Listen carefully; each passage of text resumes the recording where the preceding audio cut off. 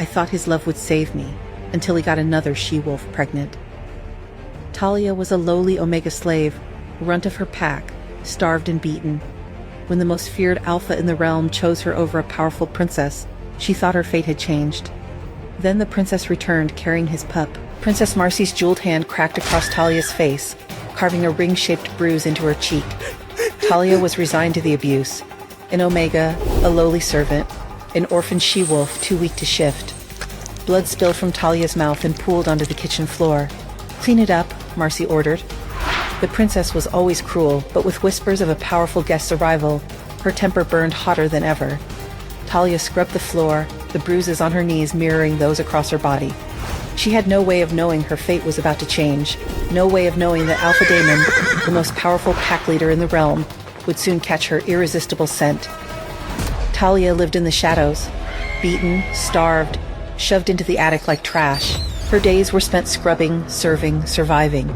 Her nights were spent curled on a moldy mattress with a tattered copy of Cinderella, the last piece of a life stolen long ago. She knew fairy tales didn't come true, not for her. Her inner wolf had gone silent years ago, snuffed out by malnutrition, abuse, and pain. Without it, she was nothing more than a human in a world of predators. Why had her inner wolf abandoned her? Was there any force on Earth, fire, war, love, that could bring it back? She woke from another day of hard labor, aching from her beating. There were whispers through the pack, electric, hushed, breathless. A visitor was coming, Alpha Daemon, leader of the Dark Howlers, fiercest pack in the realm. He was the most powerful alpha in all of North America. Women threw themselves at him, rulers feared him. He could seduce a she-wolf with a glance or tear out a man's throat just as easily. Daemon was untouchable. He scorned the idea of love, rejected every political match. Not a single potential bride, despite the many presented, could win his affection. None were worthy of being his Luna, the proud she-wolf to rule by his side. Love was a distraction, an attempt to tame him, and Daemon would never be tamed. Still, there were those who tried. Alpha Edward, leader of the Red Moon Pack, was desperate to secure his political power. He invited Daemon to meet his daughter, Princess Marcy, beautiful, cunning, cruel. She intended to make him hers. Talia feared their union. Would Marcy succeed where so many others had failed? Would Marcy's cruelty only intensify as Luna to such a powerful alpha? One day, Alpha Edward's personal Omega comes running up to me while I'm making lunch and tells me the Alpha wants to see me in his office right away. I drop what I'm doing and hurry to his office. I knock on the door quietly in case he's busy. "Come in!" He calls from inside.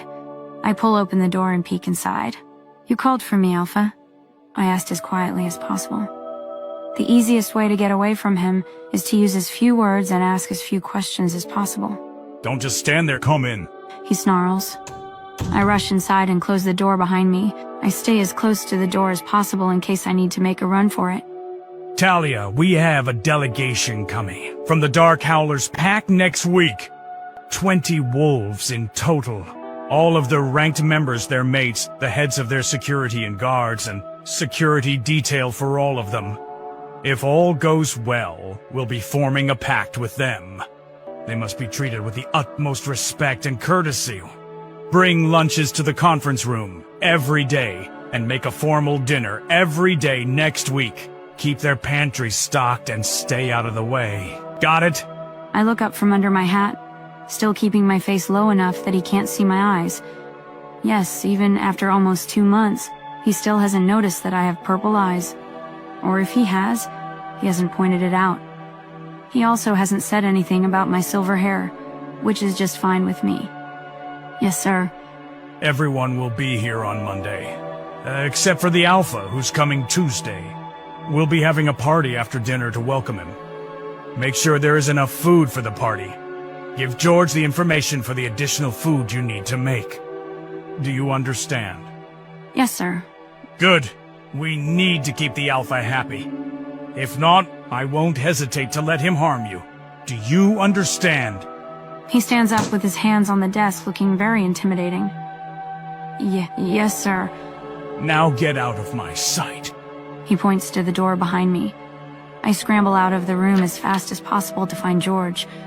George is in charge of ordering supplies for the pack house. He should be in his office right now. My mind is already churning through the special foods to make, and the groceries I need for them. I also need extra supplies for the guest suite pantries. I wonder what kind of foods the Dark Howlers pack likes. Dark Howlers is the largest pack in the northern region, with my pack, Red Moon, being the second largest. Alpha Edward says Dark Howlers is vicious and strict. Most of their pack has served in the military at one point or another. They employ dark magicians and witches to help them keep power over neighboring packs. I wonder if they're going to bring any dark witches here. I hope not. I also hear their Alpha expels pack members who fail training tests because he doesn't want weak wolves in his pack, a guy I don't want to cross paths with. I get to George's office and knock on the door. I can hear noises coming from inside, but he doesn't answer. I knock a little louder. What the hell? He has to know I'm here. He knows my scent. Just tell me to come in already. I don't like this guy, Talia. He's creepy. He stares at you. Well, we don't have a choice but to work with him, Sylvie. He's the money. Ugh, fine, but let's make it quick. I knock again, more impatiently this time. What is it? He finally growls from inside. I open the door to find there's a female wolf sitting on his desk. She hides her face in his chest. I can't see who she was, but there is no denying whose scent it is. George is not wearing any pants and he is sweating. Get the hell out, Talia. I'm busy here. I stand there wide-eyed, jaw slack for a moment. I can't be seeing this. George is having a fun time in his office with Luna Layla.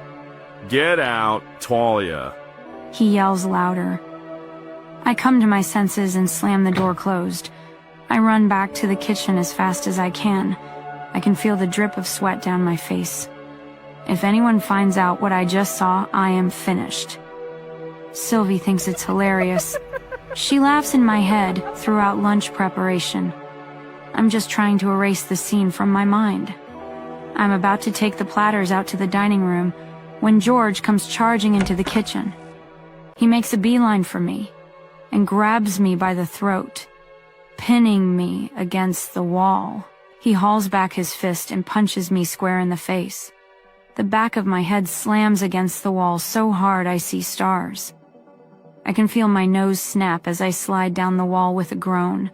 You didn't see anything. I can feel his claws extending into my neck, drawing blood. You understand, you little monster? I'm paralyzed with fear. I can't answer. I can't even nod. Suddenly, I feel like I'm falling backwards in my mind. I blink quickly a few times. It feels like I'm looking out of someone else's eyes. Let her go. The voice comes from me, but it isn't my voice. It's Sylvie. Her voice booms and sounds almost ethereal. The dishes on the counter shake as she growls deeply at George. I watch helplessly as my hands glow violet and grab George's wrists. As I grab him, his eyes widen in fear, and he starts howling in pain. A sizzling sound comes from where my hands connect with his skin. He quickly releases my neck, and we both fall to the ground. How are you doing this? What are you, Talia? I stand up, feeling much taller than my 5-foot-tall frame. Sylvie's voice booms from me. I am a warrior child of the moon goddess, and if you tell anyone what has happened here today, I will make you suffer. George scoots back on his backside away